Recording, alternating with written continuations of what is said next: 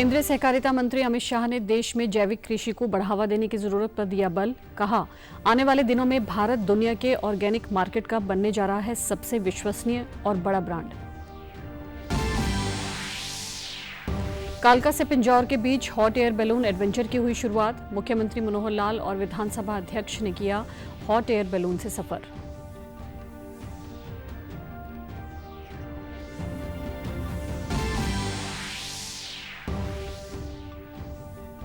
प्रदेश के शहरी स्थानीय निकाय मंत्री ने एनडीसी पोर्टल के उन्नत संस्करण को लॉन्च किया। अब नागरिकों को हिंदी और अंग्रेजी दोनों भाषाओं में जानकारी प्राप्त करने की मिलेगी सुविधा। और केंद्र सरकार ने अरहर और उड़द दाल पर मौजूदा स्टॉक लिमिट को बढ़ाया। संशोधित स्टॉक लिमिट तत्काल प्रभाव से होगी लागू। नमस्कार, मैं भानुप्रिया। केंद्रीय गृह मंत्री अमित शाह ने राष्ट्रीय सहकारी ऑर्गेनिक लिमिटेड द्वारा जैविक उत्पाद को बढ़ावा देने पर आयोजित राष्ट्रीय संगोष्ठी को आज नई दिल्ली में संबोधित किया। इस मौके पर उन्होंने कहा कि आने वाले दिनों में भारत दुनिया के ऑर्गेनिक मार्केट का सबसे विश्वसनीय और सबसे बड़ा ब्रांड बनने जा रहा है। अमित शाह ने कहा कि कोऑपरेटिव और किसानों की ताकत से हम दुनिया में सबसे अच्छा प्रदर्शन करके दिखाएंगे। उन्होंने कहा कि भारत सरप्लस अनाज का उत्पादन कर रहा है। उन्होंने कार्यक्रम के दौरान राष्ट्रीय सहकारी ऑर्गेनिक लिमिटेड एनसीओएल के लोगो, वेबसाइट और ब्रोशर का भी शुभारंभ किया। इस संतोष का विषय है कि कृषि उत्पादन में आज हम आत्मनिर्भर हैं। 140 करोड़ भारतीयों के पेट भरने के लिए हमें किसी से आज हाथ लंबा करने की स्थिति नहीं है। हम सरप्लस हैं, वो हमारे लिए बड़ी संतुष्टि का विषय है। परंतु इस सरप्लस होने की यात्रा में कई चूक भी हुई है और अब समय रहते ये जो गलतियां हुई है इसको सुधारने का समय भी अब शुरू हो चुका है। उन्होंने कहा कि देश में जैविक खेती का दायरा 50% तक ले जाने की जरूरत है। आज हम खाद्यान्न क्षेत्र में आत्मनिर्भर हैं, लेकिन अब समय है कि हम जैविक उत्पाद को देश दुनिया तक पहुंचाएं। लक्ष्य अगर सिद्ध करना है तो कई मोर्चों पर न केवल काम करना पड़ेगा, सारे मोर्चों के बीच में संकलन कर कर आगे बढ़ना पड़ेगा। एक मल्टी डायमेंशनल अप्रोच के बगैर प्राकृतिक खेती को इस देश में 50% से ऊपर ले जाने का लक्ष्य सिद्ध हो ही नहीं सकता। और मैं मानता हूं कि हमने इस लक्ष्य के लिए आज यहां पर जो 3 काम हुए हैं, वो तीनों काम वो लक्ष्य की सिद्धि के लिए बहुत महत्वपूर्ण है। बढ़ते प्रदूषण को लेकर सुप्रीम कोर्ट ने पंजाब सरकार को फटकार लगाई थी। मुख्यमंत्री मनोहर लाल ने कहा कि पर्यावरण प्रदूषण रोकने के लिए हरियाणा ने बहुत काम किया है। पंजाब में कई गुना अधिक पराली जलाई गई है। प्रदूषण एक राज्य का नहीं, पूरे क्षेत्र का विषय है। उन्होंने कहा कि दूषित हवा की कोई सीमा नहीं होती, सभी को मिलकर पर्यावरण संरक्षण करने की दिशा में काम करना चाहिए।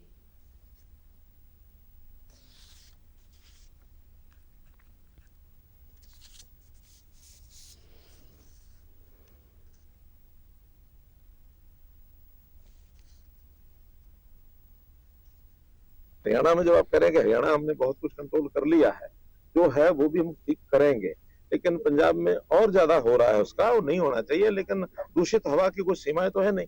जो पंजाब में पराली जलती है, लॉस तो उसका जनता को, हरियाणा की जनता को भी हो रहा है, दिल्ली को भी होता है, सब होता है। लेकिन हम सब मिलकर के उस समस्या का समाधान करें और पराली जलाने वाले जो किसान है वो न जलाएं, उनको सुविधाएं, उनको सब्सिडी, उनको इम्प्लीमेंट्स ये सब उपलब्ध कराएं, ताकि, और आज पराली एक कमर्शियल चीज बन चुकी है, उसकी कीमत मिलती है, उसका उपयोग हो रहा है, तो इस ओर सबको बढ़ना चाहिए। मैं तो अपील करता हूँ, चाहे वो हमारे अरविंद केजरीवाल हो, चाहे भगवंत मान हो, हमारी आवश्यकता, किसी प्रकार की सहायता की आवश्यकता हो तो हम हमेशा देने के लिए तैयार हैं।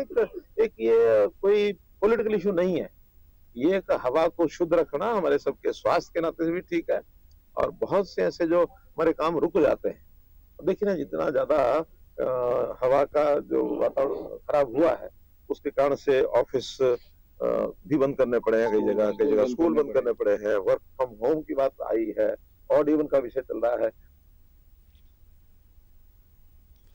हरियाणा के मुख्यमंत्री मनोहर लाल ने आज कालका से पिंजौर के बीच हॉट एयर बैलून एडवेंचर की शुरुआत की। इस दौरान उन्होंने पर्यटन मंत्री कंवरपाल गुर्जर, विधानसभा अध्यक्ष ज्ञानचंद गुप्ता के साथ हॉट एयर बैलून में सफर भी किया।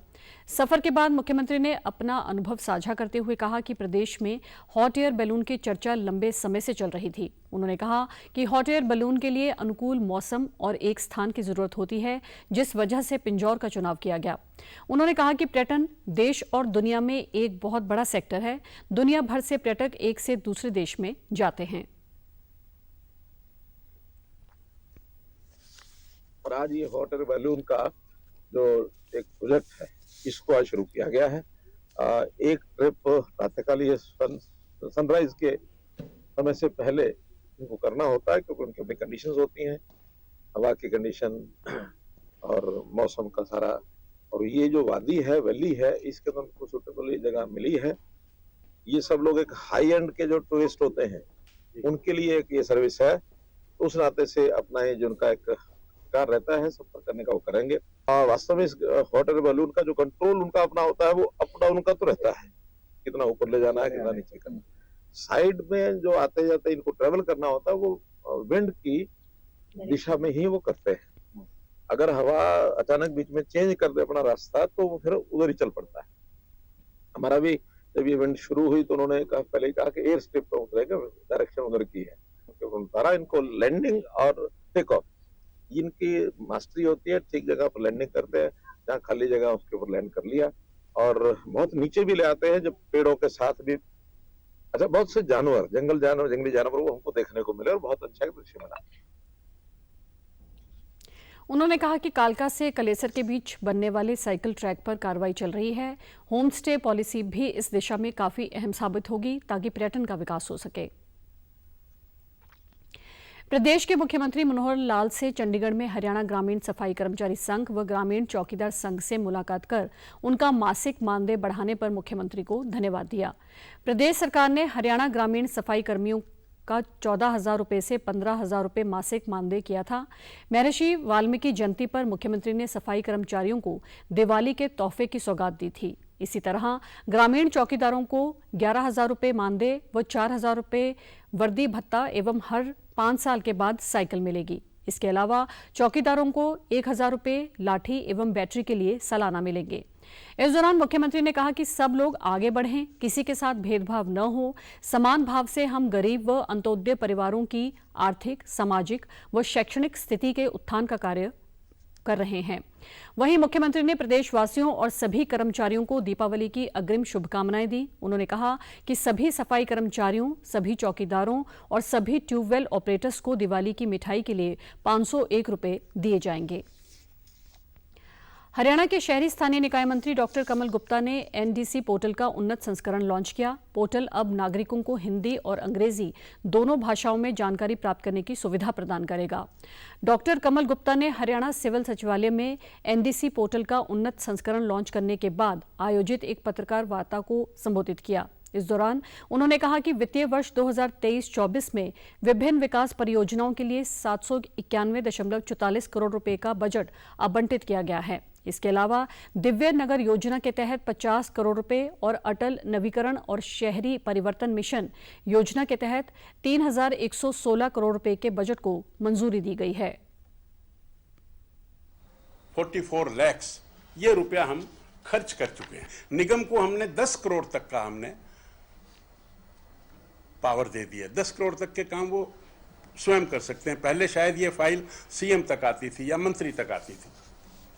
फिर कुछ दिव्य नगर में हमने सभी शहर सुंदर कैसे बने, तो उसमें हमने कहा है कि जो निगम कार्य करेगा कोई भी सुंदरता का, उसके अंदर हमने कुछ हेड्स डाले हुए हैं, कुछ कंडीशंस लगाई हुई हैं।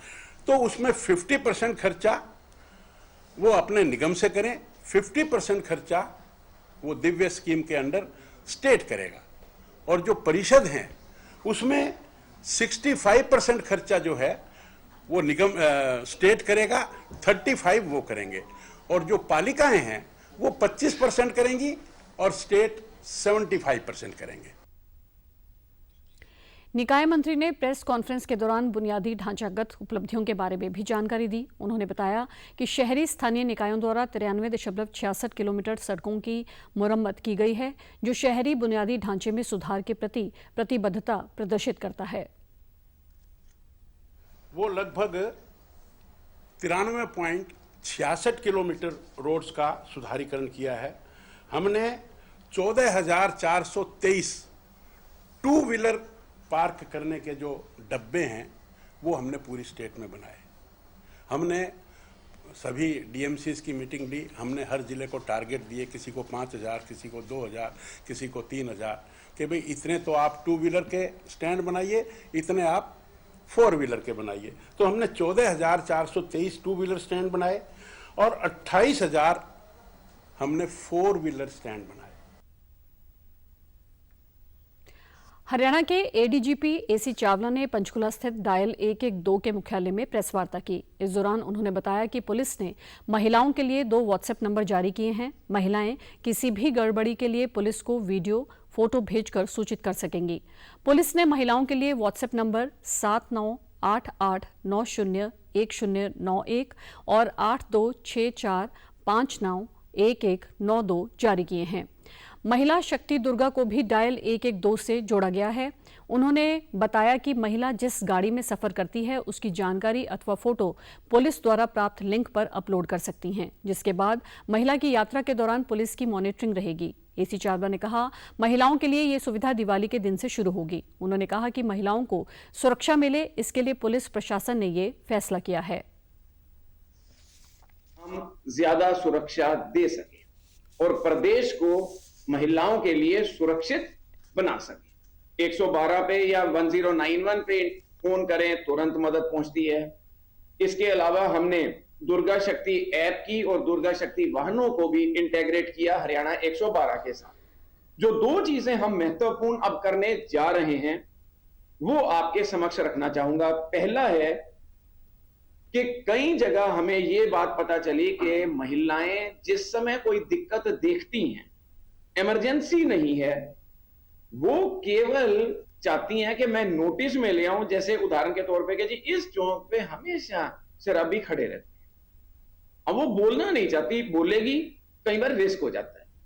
ऐसी स्थिति में वो केवल वहां की एक वीडियो बना के, और हम 2 नंबर इंट्रोड्यूस हमने किए हैं। विमेन सेफ्टी विंग जो हरियाणा पुलिस का है उसको इसके साथ 112 के अंदर जोड़ा है। एसी चावला ने बताया कि दिवाली के त्योहार को देखते हुए फायर ब्रिगेड की गाड़ियां उन जगहों पर खड़ी होंगी जिन जगहों पर आगजनी की घटना ज्यादा सामने आती है। उन्होंने बताया कि पूरे प्रदेश में दीपावली के पटाखों के बाजार लगते हैं, उन जगहों पर भी फायर ब्रिगेड की गाड़ियां खड़ी होंगी। हरियाणा सरकार द्वारा गन्ने के मूल्य में की गई 14 रुपये प्रति क्विंटल की घोषणा का किसानों ने स्वागत किया है।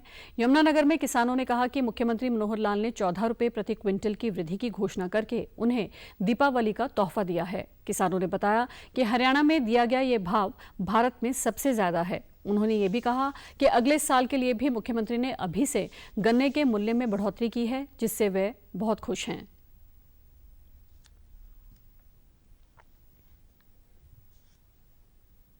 पहले 372 रुपये था, आज 386 रुपये कर दिया है, 14 रुपये बढ़ाकर।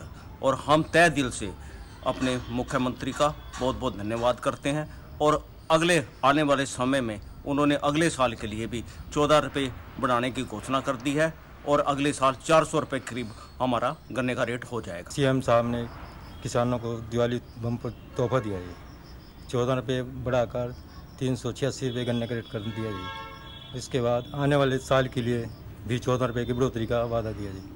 मैं तहे दिल से मुख्यमंत्री का धन्यवाद करता हूँ। मैं सरकार का बहुत बहुत धन्यवाद करना चाहता हूँ, जिन्होंने 372 रुपये रेट बढ़ाकर 386 रुपये रेट किया, जो हमें 14 रुपये रेट मिला। मैं इसका सरकार का बहुत बहुत धन्यवाद करता हूँ।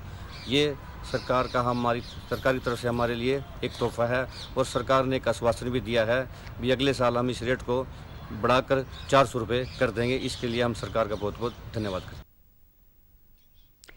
शिक्षा विभाग में कार्यरत भिवानी जिले के गांव बादल निवासी जेबीटी शिक्षक उदय भान प्रगतिशील किसान की भी सफल भूमिका निभा रहे हैं। उदय भान ने 1.5 एकड़ में नींबू का बाग लगाया हुआ है। इसमें वो रासायनिक खाद का इस्तेमाल नहीं करते। नींबू के खेत में ही उदय भान सब्जी की खेती भी करते हैं। फिलहाल उन्होंने बाग में घिया की सब्जी लगाई हुई है। उदय भान ने बताया कि उन्होंने 18 साल तक भारतीय सेना में नौकरी की। सेना से रिटायर होने के बाद वर्ष 2004 में उनकी नियुक्ति जेबीटी शिक्षक के पद पर हुई। वह स्कूल से आने के बाद खेतीबाड़ी का काम संभालते हैं। उन्होंने 1.5 एकड़ में नींबू का बाग 1 साल पहले लगाया था।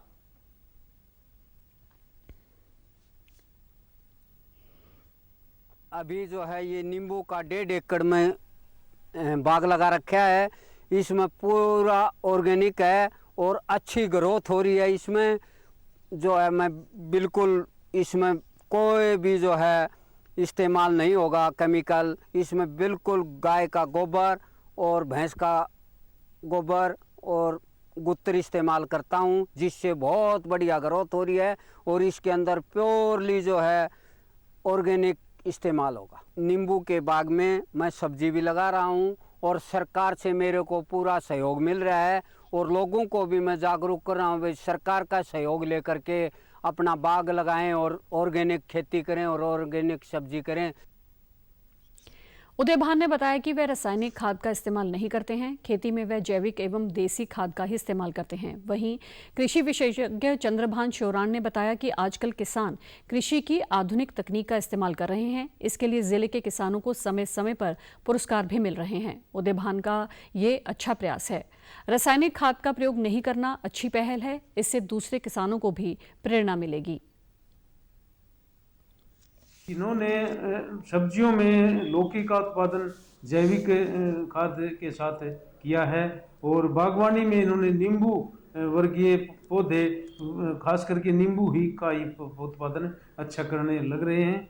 और जो सरकार की विभिन्न स्कीमें हैं, योजनाएं हैं, उनका सीधा लाभ ले रहे हैं और किसानों के लिए ये एक प्रेरणा स्रोत बन रहे हैं। और हम सभी किसान भाइयों से ये बताना चाहेंगे कि इनसे प्रेरणा लेके भविष्य में जो हमारे अंग्रेजी के खाद हैं, अंग्रेजी के पेस्टिसाइड हैं, इंसेक्टिसाइड हैं, उनके दुष्प्रभावों से बचने के लिए इनके द्वारा पैदा की गई सब्जियां और नींबू आदि इसी तरह से पैदा करके और दुष्प्रभावों से बचने के लिए इनसे प्रेरणा ली जा सकती है। कृषि विभाग सिरसा की ओर से जिले के गांव मंगाला में एक जागरूकता कैंप का आयोजन किया गया। इस कैंप में सिरसा के एसडीएम राजेंद्र कुमार और उप कृषि निदेशक डॉक्टर सुखदेव कंबोज सहित कृषि विभाग के अन्य अधिकारियों व ग्रामवासियों ने हिस्सा लिया और आए हुए किसानों को अवशेष नहीं जलाने के बारे में जागरूक किया। इस दौरान कृषि उप निदेशक डॉक्टर सुखदेव कंबोज ने बताया कि किसानों को फसल के अवशेष नहीं जलाने को लेकर जिले के अलग अलग गाँवों में जागरूक किया जा रहा है। कैंपों द्वारा किसानों को फसल के अवशेष की गांठें बनवाने या गौशाला में दान देने के लिए कहा गया है, जिसका असर साफ तौर पर देखा जा सकता है। दूसरा विषय ये है कि यहाँ की जो गौशाला उसको हमने अडोप्ट किया हुआ है, उसमें डेवलपर्स की तरफ से 100 रुपया प्रति क्विंटल के हिसाब से पराली खरीदी जा रही है। जो किसान पराली गौशाला में दे रहा है उसको 100 रुपये प्रति क्विंटल गौशाला किसान को दे रही है। उसका प्रचार प्रसार करने के लिए और विभागीय स्कीमों का जैसे 1000 रुपये प्रति एकड़ हम प्रोत्साहन राशि दे रहे हैं, उसका प्रचार प्रसार करने के लिए हमने किसानों को जागृत करने के लिए कैंप लगाया और किसानों ने हमें आश्वासन दिया है कि गांव मंगाला के अंदर हम कोई भी आगजनी नहीं होने देंगे। कैंप में आए किसानों ने बताया कि फसल कटाई के बाद अवशेषों को खेत की मिट्टी में ही मिलाने से ज्यादा लाभ होता है और मित्र कीट भी नहीं मरते हैं। उन्होंने बताया कि फसल की कटाई के बाद आग नहीं लगानी चाहिए। ਪਰਾਲੀ ਨੂੰ ਖੇਤ ਦੇ ਵਿੱਚ ਵਾਹੁਣ ਦੇ ਨਾਲ ਜਿਹੜਾ ਜ਼ਮੀਨ ਦੀ ਜਿਹੜੀ ਹੈ ਨਾ ਕਲਰ ਦੀ ਜੋ ਹੈ ਜਿਹੜੀ ਉਹ ਮਾਤਰਾ ਘਟਦੀ ਹੈ, ਕਿਉਂਕਿ ਪਰਾਲੀ ਦੇ ਵਿੱਚ ਕਈ ਵੀ ਤਾਕਤ ਆ ਜਿਹੜੀ ਕਲਰ ਨੂੰ ਖਾਂਦੀ ਹੈ ਤੇ ਜ਼ਮੀਨ ਦੀ ਉਪਜਾਊ ਸ਼ਕਤੀ ਵੱਧਦੀ ਹੈ। ਸਾਡੇ ਕੀਟ ਜਿਹੜੇ ਹੈਗੇ ਮਿੱਤਰ ਉਹ ਨਹੀਂ ਮਰਦੇ ਤੇ ਫਾਇਦਾ ਤਾਂ ਬਹੁਤ ਹੈ ਜੀ ਇਹਦਾ ਕਿ ਪਰਾਲੀ ਦਾ ਸਾਨੂੰ ਬਹੁਤ ਫਾਇਦਾ ਹੈ ਵਿੱਚ ਵਾਹੁਣ ਦਾ। ਸਰਕਾਰ ਵੀ ਸਹਿਯੋਗ ਕਰ ਰਹੀ ਹੈ, ਕੋਈ ਇਹੋ ਜਿਹੀ ਗੱਲ ਨਹੀਂ। ਸਾਨੂੰ ਸਬਸਿਡੀ ਤੇ ਕਈ ਔਜ਼ਾਰ ਦੇਈ ਜਾਂਦੀ ਹੈ, ਜਿਵੇਂ ਆਪਣਾ ਸੁਪਰ ਸੀਡਰ ਹੈ ਤੇ ਲੱਖਾਂ ਕਰੋੜਾਂ ਰੁਪਈਆਂ ਦੀ ਸਬਸਿਡੀ ਸਾਨੂੰ ਸਰਕਾਰ ਦਿੰਦੀ ਹੈ। ਇਹਦਾ ਸਾਨੂੰ ਧੰਨਵਾਦ ਕਰਦੇ ਸਰਕਾਰ ਦਾ ਵੀ ਅਸੀਂ। ਤੇ ਬਾਕੀ ਗੱਲ ਇਹ ਵੀ ਜ਼ਿਮੀਂਦਾਰ ਵੀ ਕੋਈ ਸੋਚ ਥੋੜੀ ਜਿਹੀ ਬਦਲੇ ਨਾ ਵੀ ਮੈਂ ਇਹ ਪਰਾਲੀ ਨੂੰ ਜ਼ਮੀਨ ਦੇ ਵਿੱਚ ਮਿਕਸ ਕਰਨਾ, मैं आपकी जमीन बचानी है। जेकर फार्मर आप पॉजिटिव होगा ਉਹਦੀ ਕੋਸ਼ਿਸ਼ ਰਹੂਗੀ ਕਿ ਮੈਂ ਪਰਾਲੀ ਨਹੀਂ ਜਲਾਉਣੀ ਤਾਂ ਉਹ ਸੋਲੂਸ਼ਨ ਉਹਦੇ ਨਿਕਲਣਗੇ। ਲੇਕਿਨ ਜਿੰਨੀਆਂ ਵੀ ਸੁਵਿਧਾਵਾਂ ਸਰਕਾਰ ਦੇ ਦੇਵੇ, ਲੇਕਿਨ ਉਸ ਸੁਵਿਧਾਵਾਂ ਦਾ ਫਾਇਦਾ ਸਿਰਫ ਫਾਰਮਰ ਨੇ ਲੈਣਾ ਹੈ। ਫਾਰਮਰ ਨੇ ਖੁਦ ਵਰਕ ਕਰਕੇ ਲੈਣਾ ਆਪਣੀ ਲੈਂਡ ਤੇ। ਲੇਕਿਨ ਜੇਕਰ ਆਪਾਂ ਕਵਾਂਗੇ ਕਿ ਅਸੀਂ ਸਰਕਾਰ ਹੀ ਸਾਡੀਆਂ ਗੱਠਾਂ ਵੀ ਸਰਕਾਰ ਚੱਕ ਕੇ ਜਾਵੇ, ਕਦੇ ਸੰਭਵ नहीं ਹੁੰਦਾ। केंद्र सरकार ने अरहर और उड़द दाल पर लागू स्टॉक लिमिट में बदलाव करते हुए इन दोनों दालों पर मौजूदा स्टॉक लिमिट को बढ़ा दिया है। संशोधित स्टॉक लिमिट तत्काल प्रभाव से लागू होगी। सरकार ने थोक कारोबारियों को अब प्रत्येक दाल का 200 टन स्टॉक रखने की इजाजत दी है। पहले ये कारोबारी 50 लाख टन तक रख सकते थे। वहीं खुदरा दाल कारोबारियों को दोनों दालों में से प्रत्येक का 5 टन रखने की अनुमति होगी। इसमें कोई बदलाव नहीं किया गया है। बिग चेन रिटेलर की बात करें तो खुदरा आउटलेट पर इनका 5-5 टन स्टॉक रखने की इन्हें अनुमति है, जबकि डिपो या वेयर हाउस में दाल रखने की लिमिट 200 टन होगी। पहले डिपो पर दाल रखने की लिमिट 50 टन थी, जिसे अब बढ़ाकर 200 टन तक कर दिया गया है। पिछले 3 महीनों के उत्पादन की वार्षिक क्षमता का 25% इनमें से जो भी ज्यादा हो, मिलर्स की बात करें तो वे ये दाल का स्टॉक रख पाएंगे। पहले मिलर्स के लिए ये लिमिट 1 महीने के उत्पादन या वार्षिक क्षमता का 10% थी। भारत स्काउट्स एंड गाइड का स्थापना दिवस आज कैथल के डीएवी स्कूल में मनाया गया। कार्यक्रम में ड्राइंग, पेंटिंग प्रतियोगिता और पर्यावरण जागरूकता रैली का आयोजन किया गया। कार्यक्रम की मुख्य अतिथि एवं स्कूल प्रिंसिपल अंजू तलवार ने स्काउट्स को देश सेवा और मानवता सेवा की शपथ दिलाई और पर्यावरण जागरूकता रैली को हरी झंडी दिखाकर रवाना किया। इस दौरान स्कूल प्रिंसिपल अंजू तलवार ने कहा कि बच्चों को अपने स्कूल में पढ़ाई के साथ साथ Bharat scouts and guide, NCC और एनएसएस में भी भाग लेना चाहिए। आज की ज़माने में जब इतना एक्सपोजर है बच्चों को इंटरनेट पे, तो इस तरह की एक्टिविटीज़ उनको उनकी जड़ों से जोड़ती है और उनकी रिस्पॉन्सिबिलिटीज़ के बारे में बताती है। बच्चे डिसिप्लिन्ड हों, ये आज की ज़रूरत है। और सबसे बड़ी बात ये है कि अपने देश में, अपनी सोसाइटी के लिए, अपने कल्चर के लिए उनके मन में एक गर्व की भावना होनी चाहिए, जो इस तरह की एक्टिविटीज़ और इस तरह के यूनिट्स उनको सिखाते हैं। अगर आज जब इस दुनिया में सबसे आगे भारत बढ़ रहा है और युवा भारत कहला रहा है, तो उसमें बच्चों को उसमें गौरवान्वित तभी वो होंगे जब उनको पता चलेगा कि क्या हमारी अचीवमेंट्स हैं और हमें करना क्या है अपने आप को उस शिखर तक ले जाने के लिए, और जो दुनिया का नेतृत्व करने के लिए हमें क्या गुण अपने में लाने हैं। वहीं कार्यक्रम में भाग लेने वाले विद्यार्थियों ने बताया कि उन्हें भारत स्काउट्स एंड गाइड में शामिल होकर समाज सेवा और राष्ट्र सेवा का अवसर मिल रहा है। उन्होंने कहा कि पर्यावरण को स्वच्छ रखने के लिए हमें अधिक से अधिक पेड़ पौधे लगाने चाहिए।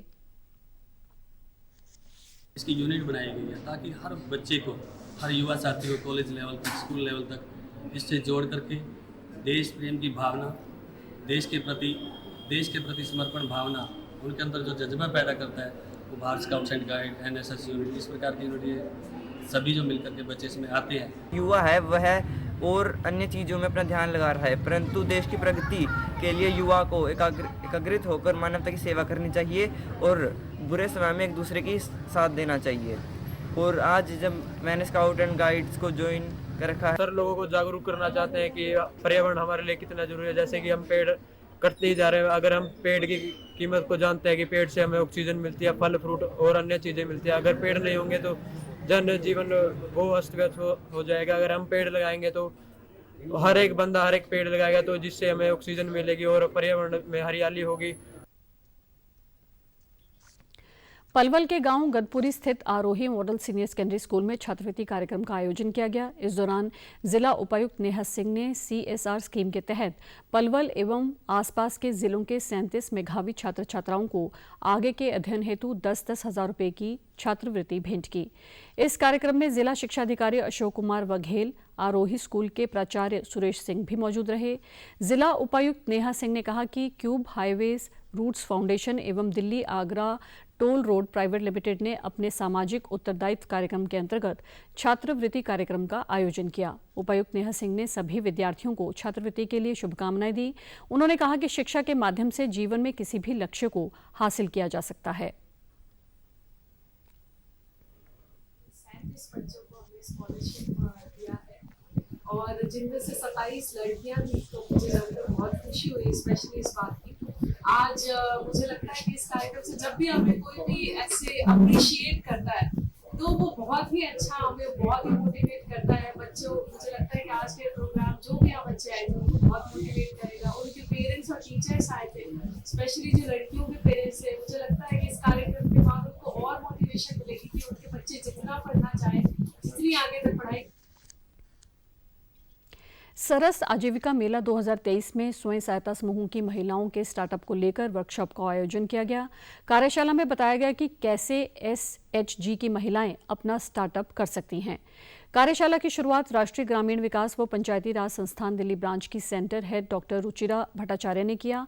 उन्होंने अपने संबोधन में बताया कि किस तरह से महिलाएं खुद को इस कार्यशाला से एक सफल उद्यमी बना सकती हैं। NIRDPR के सहायक निदेशक चिरंजीव लाल कटारिया ने बताया कि इस वर्कशॉप की पूरी सीरीज को इन महिलाओं की आवश्यकताओं के हिसाब से ही रखा गया है। इस कार्यशाला का आयोजन राष्ट्रीय ग्रामीण विकास व पंचायती राज संस्थान तथा ग्रामीण विकास मंत्रालय द्वारा किया गया। इसमें 100 से अधिक महिलाओं ने भाग लिया। उत्पादों से जुड़े अलग अलग विषयों पर मेले में भाग लेने वाली 800 से अधिक स्वयं सहायता समूह की महिलाओं के लिए कार्यशाला आयोजित की जा रही है, जिसमें पैकेजिंग, ब्रांडिंग, बिजनेस प्रपोजल तैयार करने, सोशल मीडिया प्लेटफॉर्म का उत्पादों की मार्केटिंग में उपयोग करने, वित्तीय प्रबंधन से लेकर कई अन्य विषयों के बारे में प्रशिक्षण दिया जा रहा है। महिलाओं को सीधे बाजार से जुड़ने हेतु B2B व B2C बैठकें भी आयोजित की जा रही हैं। गुरुग्राम के सेक्टर 29 स्थित लेजर वैली ग्राउंड में लगे इस मेले में देश के 28 राज्यों के 400 से अधिक स्टॉलों पर लोग खरीदारी के लिए आ रहे हैं। इस मेले में 28 राज्यों से आई स्वयं सहायता समूह की करीब 800 महिलाओं ने अपनी कला एवं संस्कृति से जुड़े हस्त निर्मित उत्पादों की स्टॉल लगाई हैं। गोवा में चल रहे 37वें नेशनल गेम्स के सेमीफाइनल मैच में मंगलवार को महिला और पुरुष हॉकी टीम ने फाइनल में स्थान बनाया। वहीं महिला कबड्डी टीम ने भी शानदार खेल दिखाते हुए फाइनल में प्रवेश किया। हरियाणा की पुरुष टीम ने उत्तर प्रदेश को 1-0 से हराकर फाइनल में प्रवेश किया। वहीं महिला टीम ने सेमीफाइनल मुकाबले में पंजाब को 4-2 से हराकर फाइनल में जगह बनाई। हरियाणा वुमेन बीच हैंडबॉल टीम ने दिल्ली को हराते हुए सेमीफाइनल में स्थान बनाया। शूटिंग के मुकाबले में खिलाड़ी नैन्सी ने प्रदेश की झोली में सिल्वर मेडल डाला। उधर तीरंदाजी के मुकाबले में महिला टीम ने गोल्ड मेडल, लड़कों की टीम ने सिल्वर मेडल और तीरंदाजी मिक्स टीम मुकाबले में प्रदेश को सिल्वर मेडल दिलाया। बॉक्सिंग में भी हरियाणा का बेहतरीन प्रदर्शन रहा। बॉक्सिंग के मुकाबले में स्वीटी बुरा, मनीषा, नवीन और रिंकू ने अपने अपने सेमीफाइनल मैच जीतकर फाइनल में प्रवेश किया। गोल्ड मेडल की दावेदार मनीषा ने अपनी जीत का श्रेय अपने कोच, HOA और बॉक्सिंग संघ को दिया। हरियाणा बॉक्सिंग संघ के जनरल सेक्रेटरी रविंदर पन्नू ने कहा कि हरियाणा के खिलाड़ियों का बॉक्सिंग में बेहतरीन प्रदर्शन रहा है। उन्होंने हरियाणा की खेल नीति की तारीफ करते हुए कहा कि हरियाणा की खेल नीति बाकी सभी प्रदेशों की खेल नीति से बेहतर है। भर्ती हुई हूँ, वो मेरे मेडल के बेस पे मैं वहाँ पे भर्ती हुई हूँ और सबका बहुत बहुत धन्यवाद। सेमीफाइनल में हमारे टोटल 6 बॉक्सर थे, जिसमें से 2 अभी फाइनल में पहुंचे हैं। एक हमारा सिवन था बच्चा जो लूज कर गया। टोटल अभी हमारे 5 बॉक्सर्स इसमें दो फाइनल में पहुंच गए, 3 की अभी बाउट होने वाली है। हरियाणा ओलंपिक एसोसिएशन निश्चित तौर पे बहुत अच्छा काम कर रही है भाई। यहाँ पे रहने की या भाई ट्रांसपोर्ट की या कोई कोऑर्डिनेशन की कोई कमी किसी प्रकार की है नहीं। बात करूँ मैं फिजियो की भी, तो एक प्लेयर को 2 फिजियो उन्होंने यहाँ पे वो दी हुई है, साथ में एक्सेस उनकी, तो बड़ी अच्छी मैं बता सकता हूँ कि भाई हरियाणा ओलंपिक एसोसिएशन के कारण ही आज हमारे इतने मेडल ये ऊपर हम बिट कर पा रहे हैं। जीत के फाइनल में पहुँची है। ये हरियाणा गवर्नमेंट में सरकारी कोच लगी हुई है, स्पोर्ट्स कोटा से ही है। और कैश प्राइज की भी बात करें तो अदर स्टेट से ज़्यादा ही हमारे में उसमें अभी 10 लाख रुपए मेरे ख्याल से नेशनल गेम में दे रहे हैं। समाचारों में आज इतना ही। नमस्कार।